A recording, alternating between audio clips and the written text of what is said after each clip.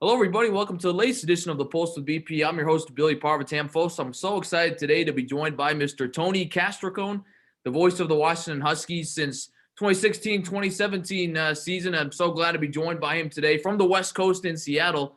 And I'm in Blacksburg, Virginia, recording this. So, Tony, thank you so much for joining me today. Hey, Billy, thanks for reaching out. Good to hear from you, and I appreciate the invite. For sure. Well, I want to start off with first, how have you been handling this pandemic? I mean, we're basically a year into this thing. It's impacted our lives both professionally and personally. So how have you been handling this whole situation the last year? Yeah, it's hard on everybody, and I think, on a personal note, 2020 was hard in ways that for me that didn't have to do with the pandemic necessarily. There were other things that happened because life still happens despite the fact that there are things that are talked about on a daily basis in the news. But yeah, I think all things considered, really well. And I think you just got to look for the positive, right? I mean, whether you see the world positively or negatively, you're right. The thing is, which one do you want to choose to focus on? So trying to focus on the positive, and really excited that we got the release of our Pac-12 football schedule yesterday, as of the recording of this video, and looking forward to a 2021 season that should be, hopefully very normal. This past year was bizarre. We only got 4 games in. That was frustrating because we had a good team. We won the North Division, and we were not able to accept the invite to the Pac-12 championship game due to having COVID. And then, basketball season, just crazy. The cancellations and the pickups, and the cancellations, the pickups, and not being able to travel with the team and having to broadcast the basketball games off a television screen in the football booth, and all these crazy things. It's been a strange year, but I think it certainly is good to have that mental reset that all these things that you take for granted on a daily basis are not things to be taken for granted. You should appreciate all the blessings you have. For sure. And let's go back to more happier times. When did you know you wanted to become a sports broadcaster? Because I read it had something to do with working at an ice cream shop. Well, I wouldn't say the ice cream shop is what made me want to be a sportscaster, but remember when I was a junior and a senior in high school, I worked at this ice cream shop, and I always loved sports growing up, and I just wasn't a talented enough athlete to really have any chance of making a career out of being on the field or on the court. But I still loved it, and I watched all these games, and I read all these media guides, all this stuff. And when I was working at that ice cream store, when you're in high school, you're trying to make a decision. What do you want to do with the rest of your life? And the idea of trying to become a sportscaster was super intimidating to me. I mean, I didn't know anybody who was in the industry. And so it was like, how do you go from just being a kid that grows up on a 46-acre farm in rural Ohio and makes $5 an hour at an ice cream shop? How do you go from that to calling these games, when you watch Keith Jackson and Brent Musburger call the Rose Bowl and all that stuff? And part of me wanted to just be a teacher, because I really like the idea of coaching. It's one of the things I love about sports, is watching how coaches are able to maximize their talent. I thought about maybe getting into teaching and being a high school coach, but working at that store, it was so funny. Like, I would just say, "Hey, welcome to Graders. What can I get for you today?" And I feel like for a period of time, I had so many people over and over just say, "Hey, you've got a pretty good voice. Maybe you should get into broadcasting." And so I took that as a little bit of a sign. I went to Ohio University. I majored in broadcast journalism, and I guess the rest is history. And I was interested to find out that, during your time in Columbus, you also worked at WBNS, and you worked with a guy named Kirk Herbstreit, who a lot of people know, and you also worked Ohio women's games with Allie Laforce. So what was it like to work with those professionals at that time? Yeah, well, so it's funny. I kind of met them at two polar opposites of their careers. Kirk Herbstreit was at the height of his college game day fame, and he's just a consummate professional. Like, he is so good at what he does, and I think he's a really classy guy too. And so Kirk was co-hosting a talk show at the radio station I worked at, and so I was like, I want to be like you someday, man. Like, I mean, that's pretty much what that was. And I rarely had a chance to co-host with him. I think only 1 or 2 times that I actually fill in and co-host with him. But he he really left an impression on me because someone of his stature probably doesn't have to give a 23-year-old who's fresh out of college the time of day, but he did. He was respectful toward me, and that really left a big impression on me. And then, you know, when I was 27, I got a gig one year calling women's basketball games at Ohio University. And I was like, okay, so what's the deal? Like, am I going to call these games by myself? And they're like, well, no, there's this student who was a walk-on on the basketball team last year. She wants to be a broadcaster. She's really sharp. I think you'll like working with her. Turned out it was Allie Laforce. so Allie and I called a year of women's basketball at Ohio University. But both of them, and seeing them up close and seeing how they work, it's no surprise why they are as successful as they are. Not only, and here's, I think, something that's really worth noting is not only are they great at what they do, but they're really good people too. And, you know, I think just being around them a little bit gave me a sense for their humanity. And I just think the highest of both of them. That's awesome to hear. And you, like, we were talking about this before this recording started, but you had a number of different stops. You're familiar with the Virginia Tech area because you worked games for Radford for a little bit. You also went to North Carolina. I mean, you've been all over the country. How did this opportunity open up to end up in Seattle, Washington with the University of Washington? Yeah, it's a little bit of a story. I mean, I think so. You know, I worked at WBNS in Columbus for 5 years after college, and almost 5 years to the day after I accepted the job. I got walked down the hall, and I went into this room, and there's someone from HR there, and they're like, "Hey, sorry, we're gonna have to let you go." And it's like, well, that's not good. That's not what I was hoping to hear. So that was a pretty pivotal moment in my life because I could have decided to get out of the industry at that point, but I had some connections and had vaguely heard about ISP Sports in Winston-Salem, North Carolina. And I'd gone down there a couple of times just to meet with some of the folks there, and I operation, but I really wasn't sure I handle starting off where they were like accepting new people. They were always looking for part-time employees, and I was like, man, I got a full-time job. I can't go from full-time to part-time. I can't relocate for that. But when all of a sudden I had no job, then relocating for a part-time job is not such a bad option. So I went down to Winston-Salem. I worked there part-time for a year. During that year, I also had did Radford women's basketball, and I did Galax high school football and boys basketball. And I like to say I was calling games 8 days a week. You know, like I was just, I barely for gas money. I mean, I remember some of those long drives and everything else.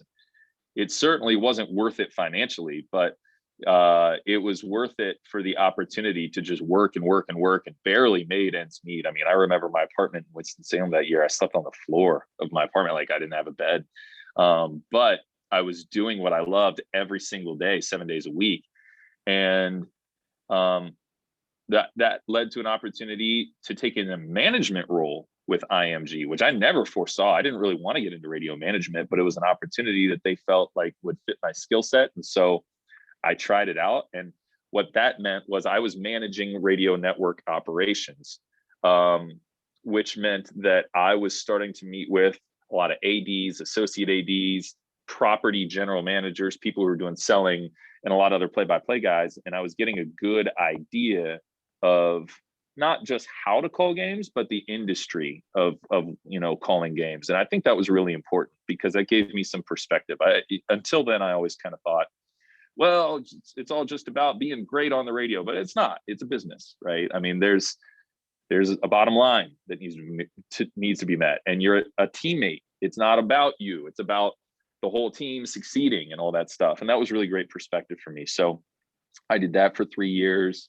And then I was offered the part-time gig at Clemson doing Clemson men's basketball.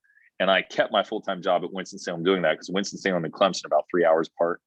So I just drove back and forth doing that. And I did Clemson ACC basketball for 3 years. And that's when Washington opened up. And I was engaged to a woman from the West Coast who wants to end up on the West Coast. And so I was like, hey, babe, what do you think about this one? And she's like, go for it. And I was like, don't get your hopes up now. Like, this is a big time job. Like, there's probably less than 2% chance I get this thing. but sometimes 2% comes through. And so I was just immensely, unbelievably, fortunately blessed to be offered this opportunity. And it's something I feel blessed and lucky to do every single day. What are some of your favorite memories covering the Huskies these past couple of years? And another thing a lot of people may not know who are not associated with the Washington community is that you replaced a legend who had, called games for over 40 years, and Bob. Yeah, Bob Rondo, yeah, one of the best of the best. And those are big shoes to fill. But, the thing that's great about Seattle and about the University of Washington is I feel like you have, in some ways, this Husky family is really small and tight knit, and in other ways, like it feels enormous. Like you're in this big city in Seattle, Washington, major metropolitan area, big media market, some of the most beautiful landscape you'll ever find in the country. Mount Rainier pops out on a sunny day, and the Cascades and the Olympics. It's just stunningly beautiful, and it's a big city. And yet, when you're kind of on campus on Montlake, it feels like this little tight-knit community. And so it's the best of all worlds, and it's really, really great. But some of my favorite memories, going back to what you asked about that, I mean, it's crazy to me that my first full year doing games was the first year in Husky history that they both went to the Rose Bowl and the NCAA tournament the same year. I mean, I have to be one of the luckiest people in the world to stumble into that situation. And New Year's Day 2019, like being in the Keith Jackson press box in Pasadena, and just like the national anthem and the B-2 flyover and the fireworks and the marching band playing, and the 90,000 people, half purple, half scarlet, being in there for an Ohio State Washington Rose Bowl game was just unbelievable. And the fact that like we had such a good team my first year, I mean, the rivalry game with Washington State in the snow was incredible. And Myles Gaskin with an epic, unforgettable 80-yard touchdown run. That's got to be one of the best plays in Husky history the last quarter century.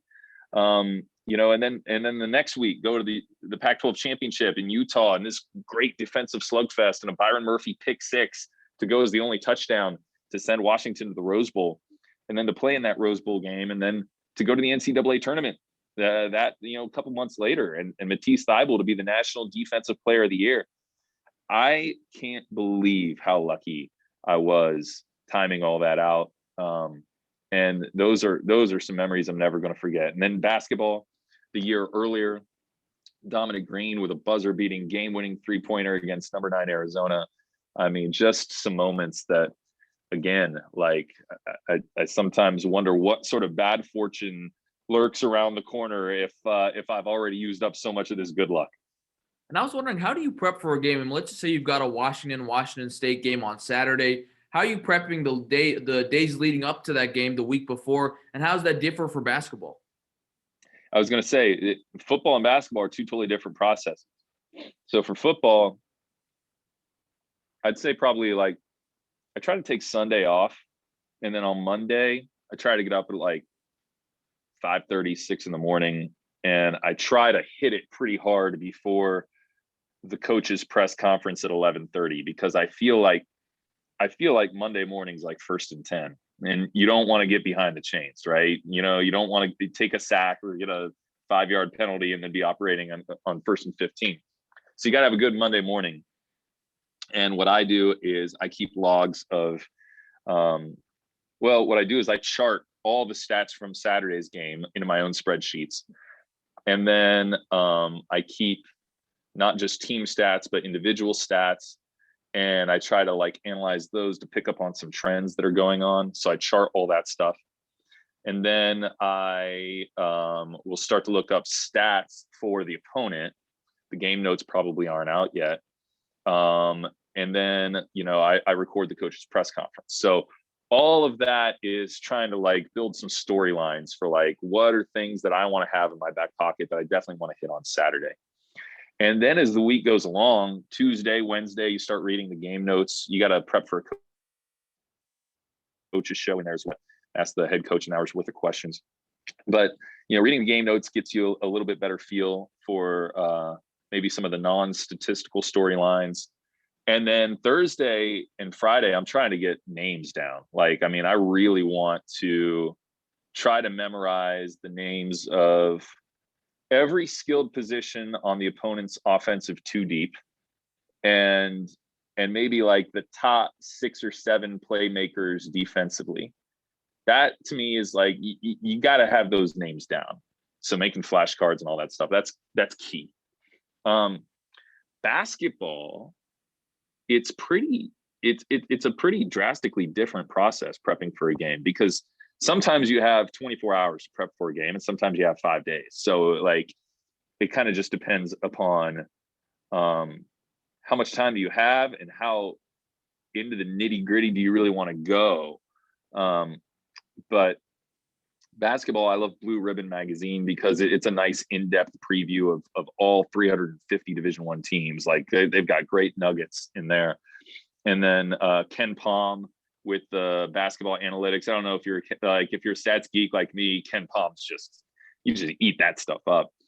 And then yeah, like same thing. Definitely want to try to make sure that I've memorized probably the top 7 to 8 players out there, and then use my spotting. Yeah, I mean, I have to make spotting charts as well. That's something that I do before every game. But then, I've got everybody on both teams on my spotting charts. What are some of your favorite stadiums to broadcast from, whether it's the actual stadium or the city to just go around and see? I mean, you've got a lot of great options in both football and basketball in the Pac-12. It's funny that you picked up on that. The Pac-12 has got to be the best travel conference in the country. I mean, you have a couple of little college towns in Pullman and Corvallis for Washington State and Oregon State respectively. But outside of that, and Eugene's kind of a college town with Oregon. Outside of that, you got some amazing cities like, Seattle, San Francisco, LA, Salt Lake City, even Boulder. You fly into Denver and drive to Boulder for a trip to Colorado. It's just a phenomenal league to travel in. It's so cool. And so, I mean, it's hard. Honestly, favorite stadium's got to be Husky Stadium. I mean, we call it the greatest setting in college football. And it's because I'll tell you, man, on a day where that sun decides to pop out in the fall, holy smokes, it's just stunning. It's unbelievable. But there are some rivals in the West Coast, and the Rose Bowl is unreal.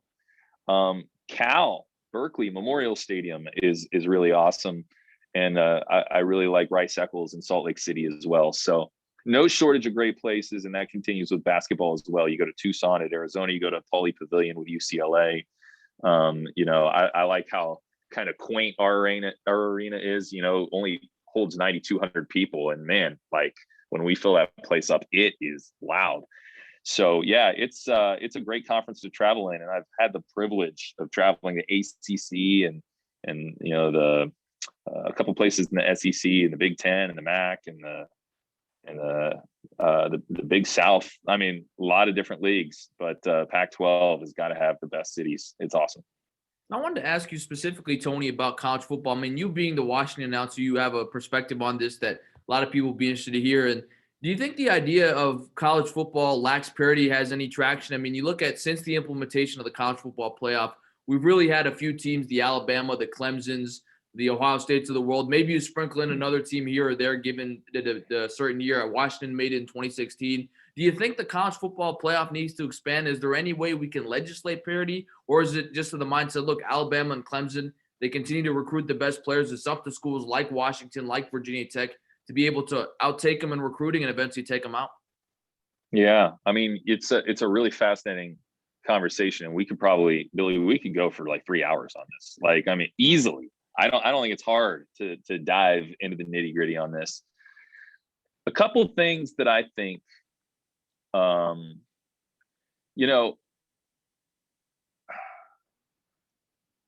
first I'll say this: as much as I love college football, I do think that there are some things that are a little wonky about it. I grew up at a time where going to the Rose Bowl was the ultimate if you were in the Big Ten or the Pac-12. Like, there was nothing better to do. Like, you didn't want to go to you didn't want to go to the Sugar Bowl and play Florida. Why would you do that? You want to go to the Rose Bowl and play Michigan. or Iowa or Ohio State. Like that's the goal, right? So you have a generation that grew up looking at college football as a regional sport, and college football has now become a national sport. And that's fine. Like there's nothing wrong with college football becoming a national sport, but the way that it operates hasn't really caught up to a national model. And one of the things that bothers me about college football, as a guy that I graduated from Ohio University, which is a Mid-American Conference school, and I kind of feel like outside of FBS Division I college football, I can't think of another sport where half the teams go season basically ineligible for their national championship. I mean, there's nothing Ohio University can do to get invited to the nothing. Years ago, they beat Penn State, and they started off 7-0, and we started talking about like, okay, like, you know, we're going to go for the Bob championship, but it's like, even if they ran the table, even if they went 13-0 with a win at Penn State, the best they could do was an invite to the Orange Bowl or something like that to play the number 12 team in the country. So they're not in a national model. You know, here they're in this bizarre state, and I can't think of any other sport where this exists, Billy. Like, can you, like, what other sport is this, like, you know, that no matter what, no matter how well you perform, you could win every single game, but you're not going to win the national championship? That's weird. That's weird. And so that needs to change, I think. And what I would be a proponent of was, I think the mid-majors probably need to break off and have their own national championship. I think that'd be cool. I think if the group of 5 said, you know what, screw it, not playing. We're going to have our own little CFP, and it'll be Central Florida versus Northern Illinois in round 1. It'll be Boise State versus, you know what I mean? Like, I think that would be, I think people would watch it. I think it'd be a good revenue generator for them, and that'd be great. Now, in the Power 5 level, sometimes the rich get richer, man. Like that's part of this deal right now. All the momentum's with Clemson and Alabama and Ohio State, maybe to some degree Oklahoma. But that's where,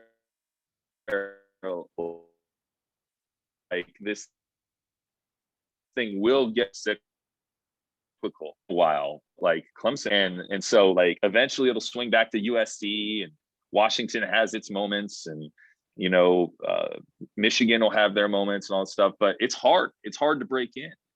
And I think one of the things that would be interesting, the more we talk about paying players, I don't know where all that, but if they do decide that it's more than just NIL, it's more than sponsorship opportunities, they are actually going to pay these kids a wage. If they decide to do that, which I'm not advocating for or against that, I see the pros and cons of both.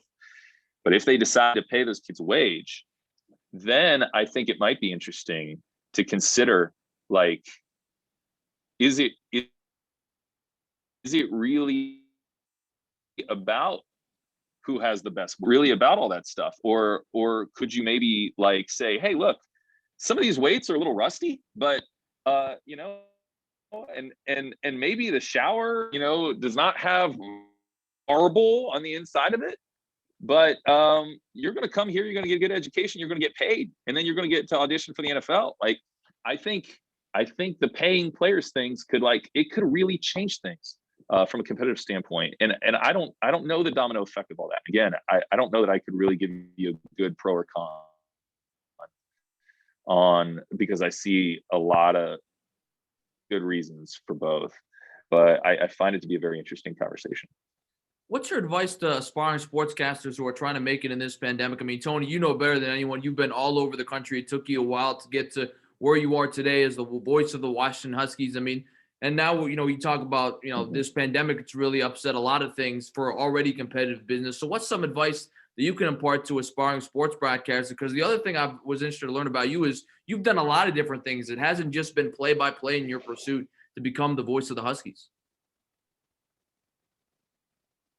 Yeah. So I think ideally you need to, so the old John Wooden axiom of like, you've got the pyramid that you're trying to put together, right? And at the very top of the pyramid is competitive greatness, being your best when your best is needed. And so I know I'm someone who chased my dreams. So I'm not trying to poo-poo the idea of chasing dreams. I think you should chase dreams. But I think you shouldn't do that no matter the cost, because sometimes we dream of doing things that we're not particularly skilled at. And I think being an athlete is for me was a perfect example. If I would have tried to fit that square peg in the round hole and just try to be an athlete, it wouldn't have worked out very well for me. And so I think what a lot of people who want to get into sportscasting should do is have their dreams. That's a great goal. But what they should do is really try a whole lot of different things and have like a broad base of experience. And when you're in college, try producing, try doing radio, TV, DJ a little bit, write prints, do some multimedia, make some, do bad jokes with Billy once in a while. I think like do things that really are your experimentation to see, where am I a little bit better than the average person? Like what's my competitive advantage in this thing? Because I think a lot of people want to get into the play-by-play because it is really fun and it's a thrill to be able to call that game, put that headset on at the Rose Bowl. Man, I'll tell you, there've been few things in life that have been as exciting for me. But what you really want to do to maximize your potential as a human being is find out what's your competitive advantage and then go all in on that. And maybe that is producing, maybe that's writing, maybe that's doing something a little bit else. And you're not going to know what your competitive advantage is if you haven't tried a whole lot of things. So my advice would be, A, don't expect to get paid. Just try things. Like I started a website so that I could have, when I was in 2009, I started ohiohsfootball.com. And I like called a bunch of high schools and I was just like, hey, athletic director, do you mind if I show up with a microphone and a laptop and call your game this weekend? And then I'd write a preview. I'd call the head coaches. I'd write a little preview. And I could see on the streaming service, I could see in the corner how many people were watching. It was always single digits. Like it's like 9 people listening to the game, right?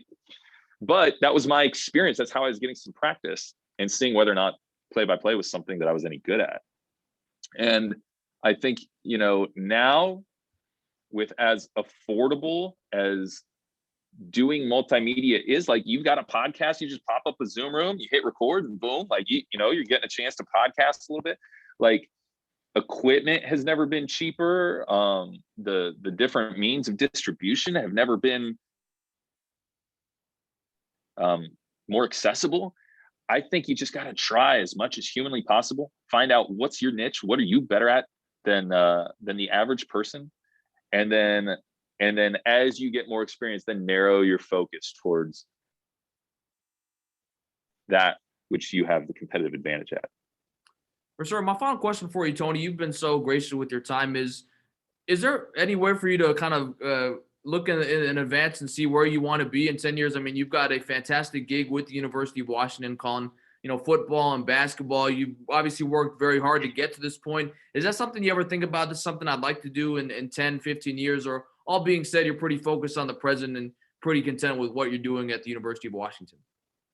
I think from a sportscasting standpoint, I'm very content. I really like doing this. This is great. And this is what I always wanted to do. I grew up loving college sports and I didn't really want to work in the pros. Like I wanted to get to a great D1 school and ride that out. So I'm hopeful that I'm going to have a real great run here. That said, I don't want to be someone who gets complacent in life. And I do want to continue to pick up other interests and hobbies. And I'm very interested in philosophy and psychology. I'm interested in music. I've played guitar for 20 years. I love writing songs. That's a hobby of mine. And I really, I mean, Billy, as fun as sportscasting is, like, it's not everything in life. I want to be someone who, when I leave this earth, I left it a little bit better than I found it. And I really want to figure out, okay, how do I do that? And consider how I can make a positive difference in the lives of other people. So those are really my focuses now, much more than, what's the next career opportunity. I love the UW. I hope to be here for a very long time.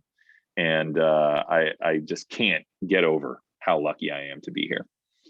Well, I certainly hope you're with the Huskies for quite a while. Tony, this has been such a pleasure getting to talk to you about your career, all the different stops, the people you've met, and the different memories you have with Washington. Thank you so much for joining me today. It's been a real pleasure. Thank you, Billy. Appreciate the invite. That's Tony Castricone, the voice of the Washington Huskies. Nice enough to join me today on the latest edition of the Post with BP. I'm your host, Billy Parvatam. Thanks so much for joining us, folks, and we'll see you next time.